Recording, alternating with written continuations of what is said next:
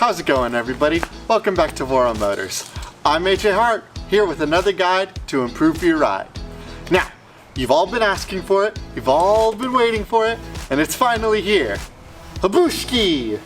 We got a thumb throttle for the cruiser.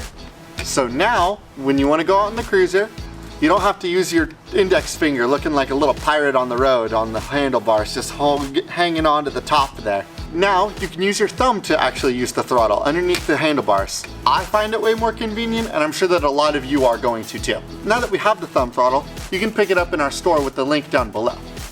And, because I'm such a generous soul, I decided to go ahead and sit down with you guys and kind of show off how we install it.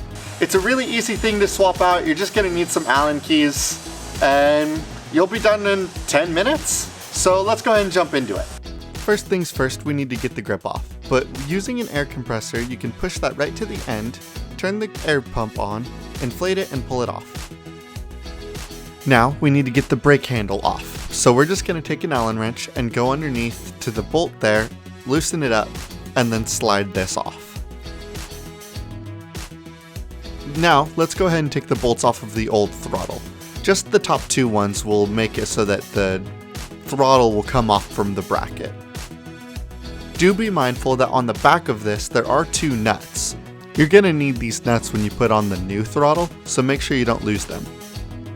Now that the throttle's off, we're gonna go ahead and unplug the old one. We used a pair of pliers just for an easier grip, but you probably don't need to. Now, we're ready to put on the new thumb throttle. So, just like you removed the two screws last time, we're just gonna put the new screws in. Again, make sure that you put those two nuts on the back so that the screws have something to grab onto while you screw it in. Now that the throttle's attached, we're going to go ahead and loosen the bracket and slide it down towards the end. That way the actual throttle can hang on the bar. The cable's pretty short, so we needed to bring it down so that it'll reach on. Now we're going to go ahead and loosen up the voltmeter and slide that towards the inside of the handlebar. We're also going to go ahead and put the brake on. I forgot to grab footage of that, but we definitely did do it. So we're just going to go ahead and loosen everything and slide it down towards the center of the handlebars. That way we can put the grip on.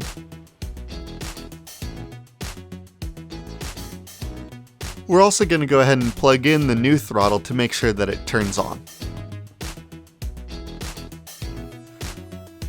Then we're going to take a dead blow hammer and go ahead and put the grip back onto the handlebars.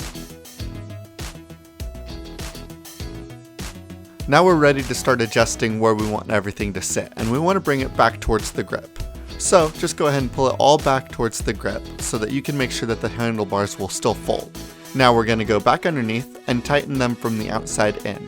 We're going to start with the brake. Then we're going to take the new throttle and kind of pull it down against the brake as much as possible and pull that thumb throttle piece itself towards the front.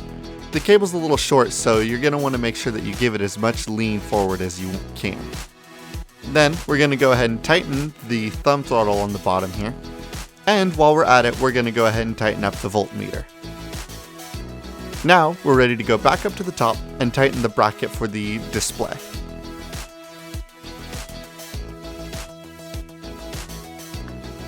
And once that's done, everything should be secure. We'll turn the key on and hold the power, and it boots up totally fine.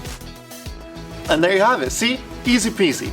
You may want to sit down with it and kind of adjust it, loosen it, adjust it, tighten it, loosen it, adjust it, tighten it. Get it to whatever feels perfect for you. If you have any ideas for other videos you'd like to see us do, go ahead and drop those into the comments down below. If you have any questions or concerns about your electric scooter, go ahead and drop those into the comments down below too. We hope that this video helps. Thank you for watching, and we hope you enjoy your ride.